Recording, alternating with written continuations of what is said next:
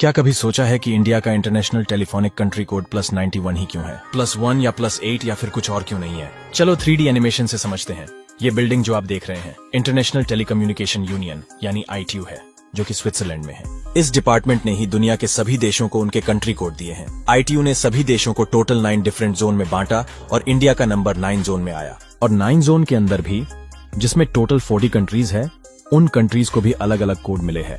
जैसे पाकिस्तान का +92, अफगानिस्तान का +93, श्रीलंका का +94, ऐसे ही इंडिया का +91। यही रीजन है कि इंडिया के बाहर से अगर कोई आपके पास कॉल करेगा तो उसे +91 लगाना पड़ेगा। जैसे कि +919979084404, इसमें +9 तो हो गया। कंट्री कोड स्टार्टिंग का ये 99 हो गया। एक्सेस कोड, फिर आगे के 3 डिजिट यानी 790 हो गया। Provider code, for example Jio Airtel extra, फिर आखिरी के ये 5 डिजिट हो गए। Subscriber code. अगर मैं इस 100 वॉट बल्ब के ग्लास को तोड़ दूं तो क्या ये फिर भी काम करेगा? चलो 3D एनिमेशन की हेल्प से समझते हैं। जब बल्ब के इस फिलामेंट से इलेक्ट्रिक करंट पास होता है तो ये 2500 डिग्री सेल्सियस तक गर्म हो जाता है और रोशनी देता है। लेकिन आप कहोगे कि इतने हाई टेम्परेचर होने पर भी ये फिलामेंट मेल्ट क्यों नहीं होता?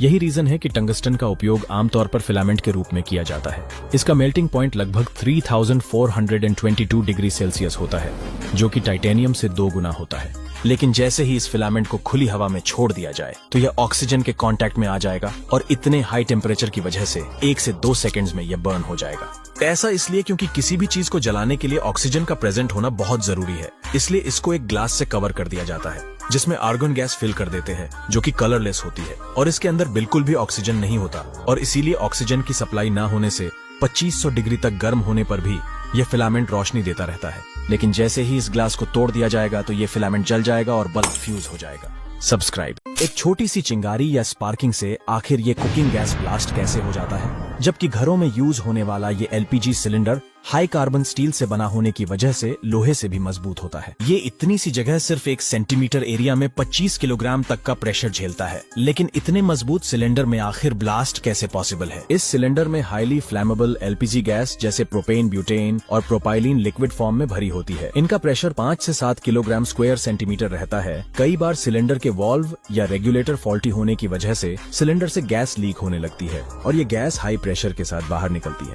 स्पार्क या फायर के कांटेक्ट में आने पर गैस आग पकड़ लेती है। ये आग सिलेंडर के सरफेस को धीरे धीरे गर्म कर देती है। सिलेंडर का सरफेस गर्म होने से इसके अंदर लिक्विड फॉर्म में मौजूद ये गैस बॉयल होने लगती है और फिर ये भाप में बदल जाती है, जिससे सिलेंडर के अंदर का प्रेशर बहुत बढ़ जाता है और एक पॉइंट के बाद ये गैस सिलेंडर को फाड़कर बाहर निकलती है। और जैसे ही ये गैस आग के कांटेक्ट में आती है वैसे ही एक जोरदार ब्लास्ट होता है। ऐसी वीडियो देखने के लिए चैनल को सब्सक्राइब करें। प्रधानमंत्री नरेंद्र मोदी की हत्या